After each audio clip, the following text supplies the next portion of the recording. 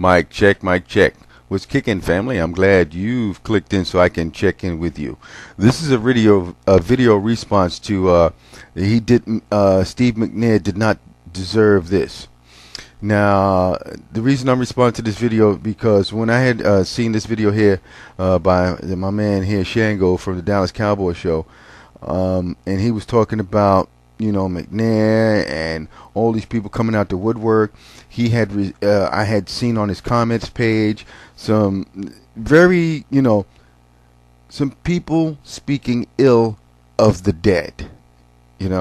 That's one of the things that I know that I've grown up with. When somebody dies, you don't normally speak ill of that person.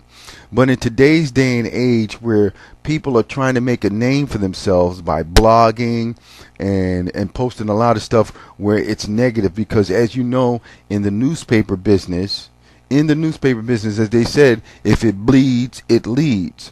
So it's this perpetual thing that's been coming out about Mr. McNair. I will always remember him as that fine, outstanding football player who was tough as nails. Went just a couple of yards short of winning his Super Bowl. That's what I'm going to remember. A guy coming out every week and playing hard. Then as it evolved, he did so many things, so many things in the community and stuff like that. And also, you know what? The irony is also what I had just read recently is that Steve McNair did a public service announcement, a PSA about teen suicide. The company that put that together for the state of Tennessee, which they were going to release throughout the state, is holding him back on that, and I don't blame him. And that's kind of like jacked up, if you ask me. I will always remember Steve McNair as a fine, outstanding football player.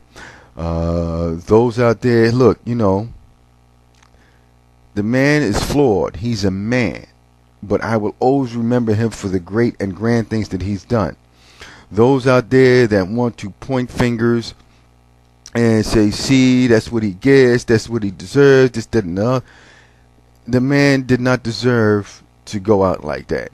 And I'm not going to get into all the other stuff about her, where she came from, what kind of lifestyle, etc., etc. This is about Steve McNair. This is about Steve McNair, the football player who was an outstanding football player, who the football community has lost a great person. Okay, and all those with all that negative stuff, I'll see where they're coming from. It's going to be kind of hard not to see that stuff. But I'm going to think of him on a much higher level. And before I close out, let me leave this. And there's been a lot of reports on the newspapers, on the net, and on TV, cable, internet, and stuff like that about people coming out and saying that, yeah, he was always a party guy. But you got to take that with a little grain of salt. You got to find out what that source is. I mean, I don't believe that there was too many of a mature people in his circles, or moved in his circle, would say something like that. I think it would be, my opinion is that those on the outside who've seen him in certain places already jumped to the conclusion of because of what has happened to him. But I will always remember Steve McNair, number 9, as tough as nails out there.